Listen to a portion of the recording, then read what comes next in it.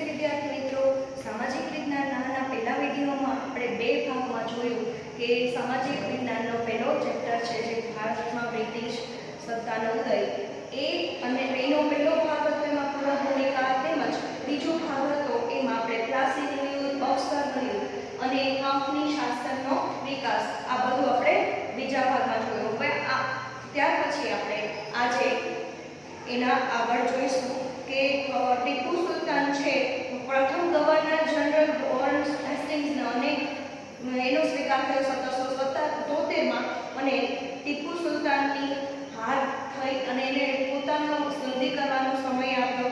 એ છે મૈસૂરના ભાગ તરીકે ગણાતા હતા છતાં પણ એમને જનરલ કોર્નવોલિસના સાથે વિગ્રહ થયો અને ટીપુ સુલતાન છે એને મરાઠા અને નિઝામની મદદથી અને આ ત્રણેય સંયુક્ત સેના સામે ટીપુ સુલતાનની હાર થાય છે. કોણ ત્રણ?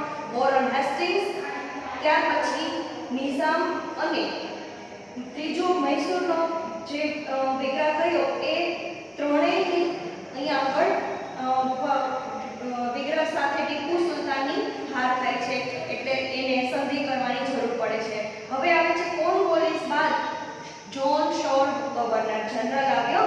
તેણે અપનાવેલી તટસ્થ નીતિના કારણે ઈસ્ટ ઇન્ડિયા કંપની પ્રતિષ્ઠા એક બાજુ ઘટી તો બીજી બાજુ મરાઠાઓ વધુ શક્તિશાળી બન્યા. આથી જોન શોર પછી આવેલા ગવર્નર જનરલ વેલેસ્લીને માથે કંપનીને ભારતમાં સર્વોપરી બનાવવાની જવાબદારી આપી. આ માટે વેલેસ્લીએ સહાયકારી યોજનાઓ દાખલ કરી અને સહાયકારી યોજનાની શરતો અને અપનાવેલો નીચે મુજબ છે. તો આપણે આ સહાયકારી સૈન્ય યોજનાની શરતો કઈ છે એ પણ જોયું. તો કંપની છે એ પોતે જે સ્વીકારે એ જ અધિકારીઓને જ સૈન્યને તેમણે માન્ય રાખવાનું હોય છે. એટલે અહીંયા આગળ અને જે પણ ખર્ચો થાય છે કંપનીને જે પણ અધિકારીઓને રાખવા માટેનો જે પણ ખર્ચો થાય છે તે પણ અહીંયા આગળ રાજાઓએ આપવાનો રહે છે. અહીંયા આગળ આ યોજનાની શરતો પણ આપણે જોઈ છે. હવે આપણે જોઈએ તો ડેલહાઉસીની ખાલસા નીતિ. ડેલહાઉસી આવે છે જ્યારે વિલિયમ બેન્ટિક ભારતના ગવર્નર જનરલ તરીકે વિલિયમ બેન્ટિક આવે છે એ બેન્ટિકની સરખામણી ભારતના ઉદાર ગવર્નર તરીકે ઓળખવામાં આવે છે અને અગાઉ જનરલ જે થઈ ગયા એની સામ્રાજ્યવાદી નીતિથી રાજ્યમાં જે અસંતોષ ઉભો થયો હતો તે અસંતોષમાંથી એકતા ઊભી ન થાય તે માટે ઉદાર કાર્યો કર્યા. એણે ભારતના આ ગવર્નર જનરલ તરીકે ડેલહાઉસી આવ્યો ઈસવીસન 1848માં. ઈસવીસન 1848માં ભારતમાં કોણ આવે છે? ડેલહાઉસી. અહીંયા આગળ ઈસવીસન 1848નો સમય છે એ ભારતમાં સામ્રાજ્યવાદી નીતિનો સમય આવે છે. ભારતના ગવર્નર જનરલ તરીકે ડેલહાઉસી આવ્યો 1848માં. તે ઉગ્ર સામ્રાજ્યવાદી માનસ ધરાવતો હતો અને તેણે સામ્રાજ્યવાદી નીતિને પોષવા અને કંપનીનો રાજ્ય વિસ્તાર વધારવા જીત, શક્તિ અને ખાલસા નીતિ અપનાવી. અહીંયા આગળ જે ડેલહાઉસી આવે છે, ડેલહાઉસી છે એ સામ્રાજ્યવાદી હતો એટલે કે સમાજમાં કંઈક નવી સુધાર શક્તિ પોતાની કરવા માંગતો હતો. એટલે અહીંયા થોડા ઘણા અંશે ભારતને લાભ અને ગેરલાભ બંને થાય છે. તો એ પોતાના જે કંપનીને રાજ્ય વિસ્તાર મતલબ પોતાનો જે કંપની છે એનો વિસ્તાર વધારવા માટે તેમજ ખાલસા નીતિ અપનાવવા માટે તેણે ડેલહાઉસીએ ખાલસા નીતિ અપનાવી હતી. તો ડેલહાઉસીની જે ખાલસા નીતિ હતી એ કેવી હતી કે યુદ્ધ દ્વારા ખાલસા નીતિ યુદ્ધ કરીને એને એમાં પોતે સામનો કરવા માટેની નીતિ હતી. ત્યાર પછી છે રાજા અપુત્ર અવસાન પામતા રાજા ખાલસા નીતિ. એટલે રાજા છે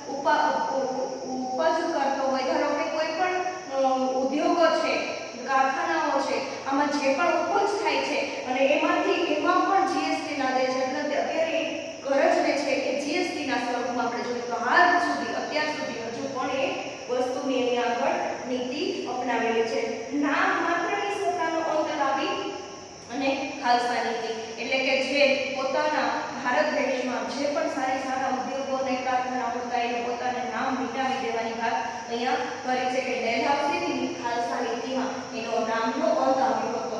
તો આવા જે યુદ્ધ ખાલસા નીતિ છે એમાં કયા કયા રાજ્યો આવેલા છે, કયા કયા વિસ્તારને સાંપડી લીધા છે? પહેલી વાત પંજાબ, પેગુ એટલે કે બર્માનું નીચલું સ્થાન છે પેગુ, ત્યાર પછી સતારા, જયપુર, સંબલપુર, ઉદયપુર, ઝાંસી, બઘા, નાગપુર આવા દરેક રાજ્ય. ત્યાર પછી અવધ છે એ અહીંયા આગળ ગેરવહીવટીના નામથી એની ખાલસા નીતિ અપનાવી. નિઝામનો વરાડ પ્રાંત છે એમાં કરજની ઉઘરાણી નીતિ અપનાવી અને કર્ણાટક, તાંજોર આવા જે વિસ્તાર છે એમાં પોતાની સત્તાનો નામ માત્રની સત્તાનો અંત લાવીને ખાલસા નીતિનો અહીંયા અમલ કરાવ્યો. ડેલહાઉસી સામ્રાજ્યવાદીની સાથે સુધારકવાદ પણ હતો. તેના સમયમાં ભારતમાં પ્રથમ રેલવે એટલે કે ઈસવીસન 1853માં મુંબઈ થાણા વચ્ચે ચાલુ થઈ. ડેલહાઉસી હતો એ સુધારકવાદ પણ હતો. કેવો હતો? સુધારકવાદી હતો. એને લીધે ઈસવીસન 1853માં પ્રથમ રેલવે. અહીંયા આગળ તમને ખૂબ જ સરસ આવા પ્રશ્નો જે છે એ તમારી ઇન ફ્યુચર જ્યારે પણ તમે કોઈ ટેન્ટેટિવ એક્ઝામ એટલે કે કોમ્પિટિશન વાળી જે એક્ઝામો આવે છે એવી એક્ઝામો આપતા હોય ત્યારે પણ આ પ્રશ્ન પૂછાઈ શકે કે ભારતમાં સૌપ્રથમ રેલવે ક્યારે સ્થપાઈ. તમારે ઈસવીસન 1853 યાદ રાખવું પડે. હા મિત્રો, એટલે ઈસવીસન 1853માં કયા સ્થાને? તો મુંબઈ અને થાણા વચ્ચે, મુંબઈ અને થાણા વચ્ચે એનો ઉદ્ભવ થયો. તો એ વસ્તુ એક એના સામ્રાજ્યવાદીની સુધારકવાદી જે છે એટલે ડેલહાઉસીએ એના સમયમાં પ્રથમ રેલવેની સ્થાપના કરી. ત્યાર પછી ભારત ઇંગ્લેન્ડ વ્યવહાર એટલે કે ભારત ઇંગ્લેન્ડ ત્યાં વ્યવહાર પ્રમાણે એટલે કે એને જે ભારત દેશથી પોતાના ઇંગ્લેન્ડ સુધી પોતાની જે સફર હતી, યાત્રા હતી, એને તાર દ્વારા જે કંઈ વ્યવહારો હતા એટલે કે જે કંઈ મેસેજ હતા એ પહોંચાડવા માટે તાર વ્યવસ્થા. તાર વ્યવસ્થા એટલે કે એવી વ્યવસ્થા જલ્દીથી પોતાનો પત્ર પોતાને જ્યાં પણ પહોંચાડવો છે ત્યાં પહોંચી શકે એવી વ્યવસ્થા ઊભી કરવામાં આવી. જાહેર બાંધકામ ખાતેની સ્થાપના એટલે કે જાહેર ક્ષેત્રમાં જે પણ બિલ્ડિંગો ઊભા કરી અને પોતાને જે કંઈ કચેરીઓનું આપણે જે કંઈ સ્થાપન કરવું હોય એની પણ એને સ્થાપના કરી. અંગ્રેજી કેળવણીની વ્યવસ્થા વગેરેની શરૂઆત થઈ. અંગ્રેજી કેળવણીની વ્યવસ્થા પણ આ જ સમયે એટલે કે 1853ની સાલથી આપણે અહીંયા આગળ શરૂઆત કરવામાં આવી. ત્યાર પછી એને અમુક રિવાજો હતા આપણા જે ભારત દેશના જે કંઈ કુરિવાજો હતા એનો પણ એને ત્યારે પ્રતિબંધારો અને તેને અમલમાં આવ્યો. એટલે કે વિધવા વિવાહ, પુનર્વિવાહ, બાળ લગ્ન આવા બધા જ પ્રતિબંધક ધારા તેના સમયમાં પસાર થયા. એટલે એને આ સુધારકવાદી હતો ડેલહાઉસી. એટલે આપણે થોડા ઘણા અંશે અહીંયા આગળ આનો ફાયદો પણ થયો કે જે વિધવા વિવાહ મતલબ કે એકવાર જે નારીનો પતિ અવસાન થયા પછી બીજી વાર એ પુનર્વિવાહ કરી ન શકે તો એ વસ્તુ આપણા ભારત દેશમાં ખૂબ ઝડપથી જે આદત પોતે અમલમાં કરી બેઠા હતા, અમલમાં મૂકી ચૂક્યા હતા એવા લોકોને એને જડમૂળથી નાબૂદ કરી અને પુનર્વિવાહનો ધારો અમલ કર્યો. અને બાળ લગ્ન એટલે કે નાની ઉંમરે જે પણ લોકોના બાળ લગ્ન થતા હતા એમનો પણ એને ત્યાં સામનો કર્યો. 1757ના પ્લાસીના યુદ્ધથી શરૂ કરીને 100 વર્ષના સમયમાં કંપનીની સત્તા અને સામ્રાજ્ય બંને વધ્યા, પરંતુ તેમ કરતાં ભારતમાં રાજ્યના અસંતોષનો સામનો તેને કરવો પડ્યો. એટલે કે પ્લાસીના યુદ્ધ પછી જ્યારે કંપનીને સામ્રાજ્ય તો વધ્યા, એનો વિસ્તાર તો વધ્યો, પરંતુ એને ભારતમાં જે લોકોનો ભારતના જે રાજા હતા એના જે અસંતોષ હતો તેમનો પણ એને સામનો કરવો પડ્યો હતો. એટલે આ અસંતોષને લીધે 1857ના ભારતના પ્રથમ સ્વાતંત્ર્ય સંગ્રામ સ્વરૂપે બહાર આવ્યો. અહીંયા આગળ 1857માં ભારતનો જે પ્રથમ સ્વાતંત્ર્ય સંગ્રામ છે એ સ્વરૂપે બહાર આવ્યો. કંપની શાસનની આર્થિક અસરો. હવે જે આ ઈસ્ટ ઇન્ડિયા કંપનીની અસર જે છે, ઈસ્ટ ઇન્ડિયા કંપનીની સારી અને નરસી ઘણી અસરો થઈ આપણા ભારત દેશ ઉપર. તો આર્થિક રીતે અને એની કંપનીની સામાજિક રીતે બે રીતે કઈ રીતે અસરો થઈ, આડઅસરો અને થોડી ઘણી લાભો પણ થયા એની વાત કરીએ તો જ્યારે આપણે કંપની શાસનનું સરવૈયું તૈયાર કરીએ છીએ ત્યારે ખ્યાલ આવે છે કે ભારત દેશ છે છેલ્લે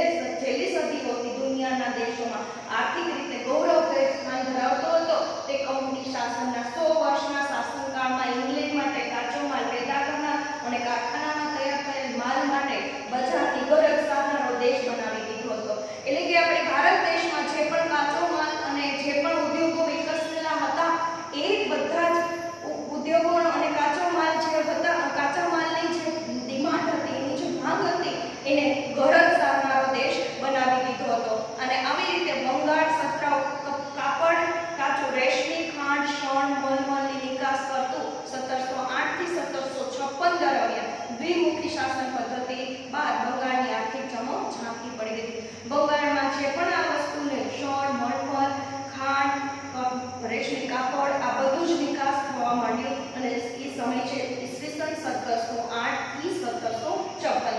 કંપનીની અન્યાયી મહેસૂલી નીતિથી ભારતનો ખેડૂત પાયમાલ અને દેવાદાર બન્યો. હવે જે આ કંપની છે ઈસ્ટ ઇન્ડિયા કંપની એની જે આવી પાયમાલ એટલે કે સાવ અન્યાયી મહેસૂલી હતી, એના લીધે ભારતનો ખેડૂત છે એ પાયમાલ એટલે કે એનું જે પણ ધન હતું એ જતું થયું અને દેવાદાર એટલે કે એના માથે દેણું વધવા માંડ્યું. અંગ્રેજ સરકારે ઇંગ્લેન્ડના ઉદ્યોગોને વિકસાવવા ભારતના કાપડ ઉદ્યોગ પર અન્યાયી જકાત નાખી. એટલે કે ભારતનો જે કાપડ ઉદ્યોગ હતો એને પણ અંગ્રેજ સરકારે ઇંગ્લેન્ડના ઉદ્યોગને પણ વિકસાવવા માટે આપણા ભારતના કાપડ ઉદ્યોગ પર અન્યાયી જકાત નાખ્યા. એટલે આવા જકાત વેરા નાખી અને એ કાપડ ઉદ્યોગનો સાવ સત્યાનાશ કરી નાખ્યો. ભારતના ઉન્નર ઉદ્યોગને કચરી નાખવા વિવિધ અયોગ્ય રીત રસમ અપનાવી જેથી ભારતના ઉદ્યોગ ધંધા પડી ભાંગ્યા. આવી રીતે આપણને ઘણી ખરાબ હાનિ અને આની અસર થઈ હતી કે એના આપણા ભારત દેશના ઉદ્યોગ ધંધા પણ એને લીધે પડી ભાંગ્યા હતા. ભારતનો કારીગર ગરીબ અને બેરોજગાર બન્યો. કંપનીના વ્યાપારકારી બંગાળના કારીગરો પાસે ટૂંકી મુદતમાં ચોક્કસ જથ્થામાં કાપડ વણીને પૂરું પાડવાના કોન્ટ્રાક્ટ લખાવી લેતા અને કારીગર જો ઇનકાર કરે તો તેને ફટકા મારવાની અને જેલમાં જવાની પણ સજા કરતા હતા. આવી રીતે જો બંગાળના કારીગરો આ વસ્તુ માટે એટલે કે એને કરવેરો નાખીને અને જકાત ભરવાની વસ્તુ એ જો ન કરે અથવા કરવેરો ન ભરે અથવા જકાત ન ભરે તો એના પાસેથી એ સત્તા એટલે એના પાસેથી એ વસ્તુઓ પણ હડપ કરી લેતા, ક્યારેક એનો કોન્ટ્રાક્ટ પણ લખાવી લેતા અને જો કારીગર ઇનકાર કરે તો એને ફટકા મારવાની એટલે કે મારવાની અને જેલની પણ સજા થતી હતી. આમ આવી કંપનીના આગમન પહેલા ગામડાઓ છે એ સ્વાવલંબી હતા અને સમૃદ્ધ હતા. એની જગ્યાએ અંગ્રેજ શાસનની અસર થઈ અને ગરીબ લોકો પરાધીન બન્યા. પરાધીન એટલે કે બીજાના આધારે એના આધારે જીવતા થયા લોકો. એટલે આવી રીતે અહીંયા ઈસ્ટ ઇન્ડિયા કંપની ખૂબ જ આપણી ભારત દેશની દરેક ઉદ્યોગ ધંધા અને એના જે રોજગારી ઉપર ખરાબ અને માઠી અસર થઈ. ઈસ્ટ ઇન્ડિયા કંપનીના શાસનકાળમાં ભારતમાં મુંબઈ ખાના વચ્ચે પ્રથમ રેલવે સ્થપાયું. ઇંગ્લેન્ડ ભારત વચ્ચે આગબોટની સેવાની શરૂઆત અને મુંબઈ, મદ્રાસ, ચેન્નઈ, કલકત્તા જેવા મહાબંદરોનો વિકાસ પણ થયો. અહીંયા આપણે જોઈએ કે જેવી માઠી અસર થઈ છે એમ થોડી આપણા સુધારકવાદ ડેલહાઉસે આવ્યો તો ત્યાર પછી આપણા દેશમાં થોડી સારી અસર પણ જોવા મળી હતી જેથી કરીને ઇંગ્લેન્ડના ભારત વચ્ચે આગબોટનો પણ સેવાનો પણ શરૂઆત થઈ હતી. મુંબઈ, મદ્રાસ, કલકત્તા જેવા મહાબંદરોનો વિકાસ પણ આ સમયે થયો હતો. ત્યાર પછી કંપનીની સામાજિક અસરો આપણે આર્થિક અસરો જોઈ. હવે જોઈએ તો કંપનીની સામાજિક અસરો કેવી થઈ તો કે બ્રિટિશ વહીવટ દરમિયાન વર્તમાનપત્રોના વિકાસથી ભારતીય પ્રજામાં વિચાર, વાણી સ્વાતંત્ર્યની ભાવના વિકસી. એ સમય દરમિયાન ભારતીય સમાજમાં કેટલાક પ્રદેશોમાં કુરિવાજો જોવા મળતા હતા. મેં તમને કીધું એમ બાળ લગ્ન કરવા, વિધવા પુનર્વિવાહ ન કરવા, બધું જ જે કુરિવાજો હતા એટલે કે જેમાં દીકરીને દૂધ પીતી કરવી, સતી પ્રથા, દૂધ પીતી કરવાનો રિવાજ, બાળ લગ્ન વગેરેને. દીકરી દૂધ પીતી કરવી એટલે કેવું કે દીકરીનો જન્મ થાય અને એને તરત જ દીકરી છે એ કહેવાય કે અપશુકન્યા છે, દીકરી છે એ આવી છે તે દીકરી જન્મવી જ ન જોઈએ એવું ખૂબ જ આપણા દેશમાં એવી માન્યતા હતી. તો આવા કુરિવાજો હતા કે જે દીકરી દૂધ પીતી કરવી એટલે એને તરત જ એને મારી નાખવી. એવું કે દૂધ પીતી એટલે કેવું કહેવાય કે ઉકળતા દૂધમાં એને સીધી જ ડૂબાડી દે. એટલે આ દીકરી દૂધ પીતી કરવાનો જે કુરિવાજ હતો એ પણ એને અહીંયા આગળ એનો બદલાવ લાવ્યો. એટલે આ કુરિવાજમાં પણ એને ઘણો બધો ફેરફાર કર્યો. ત્યાર પછી છે સતી પ્રથા. સતી પ્રથા એટલે કેવી પ્રથા કે જેના પતિ અવસાન થાય છે ત્યારે જે ચિતા પર એને જલાવવામાં આવે છે એ જ ચિતા પર એની જે પત્ની છે એને ત્યાં જ એની સાથે જ એ ચિતામાં જલી જવાનું એટલે એ સતી પ્રથા. એ સતી પ્રથાને સતી થઈ ગઈ, જે સ્ત્રી હતી સતી થઈ ગઈ એવું કહેવાય. પણ હવે હકીકતમાં ખરેખર છે જીવતું જાગતું માણસ છે એને એમાં હોમી દેવામાં આવે એ વસ્તુ અયોગ્ય કહેવાય. એટલે અહીંયા આગળ અંગ્રેજ લોકોએ એનો પણ અહીંયા આગળ બદલાવ લાવ્યો